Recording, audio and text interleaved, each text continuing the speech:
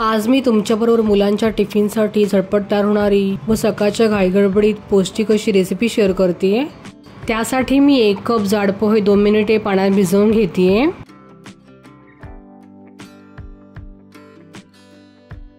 आता दुसरीकडे मी अर्धा कप बारीक रवा घेतला आहे। यामध्ये 2 टेबलस्पून दही घालायचं व 1 कप पाणी घालायचंय व यातील गुठळ्या चमच्याने काढून घ्यायच्या आणि सुद्धा 2 मिनिटं भिजवून ठेवायचे।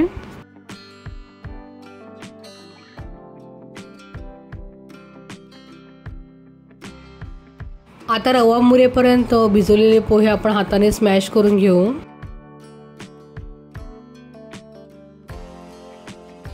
पोहे चांगले हाताने कुस्करून झाल्यावरती यामध्ये रव्याचं मिश्रण ओतून घ्यायचं आहे। हे दोन्ही या ठिकाणी एकत्र मिक्स करून घ्यायचंय व ही रेसिपी आणखीन पौष्टिक होण्याकरिता यामध्ये मी काही भाज्या घालणार आहे। अर्धा कप बारीक चिरलेला कोबी घालायचा, त्याचबरोबर पाव कप बारीक चिरलेला कांदा घालायचा आहे। अर्धा कप बारीक चिरलेलं गाजर घालायचं, सोबतच 3 ते 4 बारीक चिरलेल्या हिरव्या मिरच्या घालायच्या।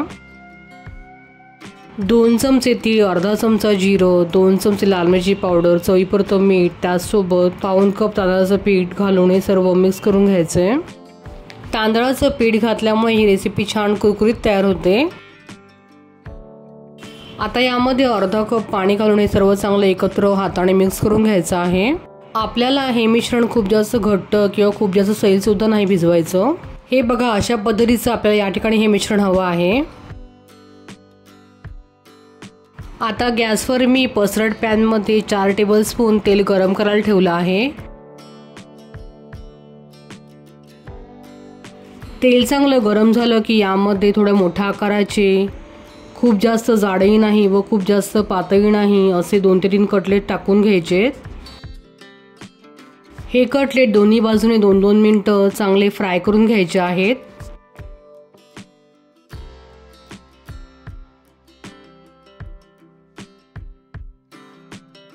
दोन्ही बाजूने कटलेट चांगले मध्यम आचेवरती फ्राय झाले आहे। आता आपण हे काढून घेऊयात।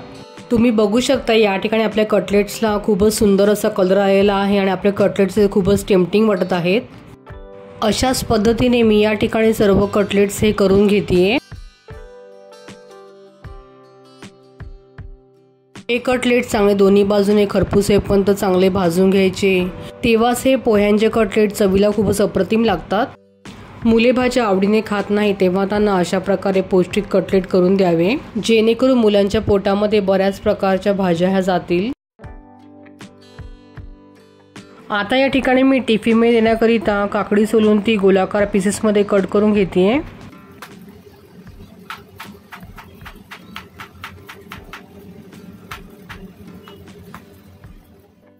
आता या ठिकाणी मी टिफिनमध्ये कटलेट्स रॅप करण्याकरिता हा इको फ्रेंडली बटर पेपरचा वापर करते।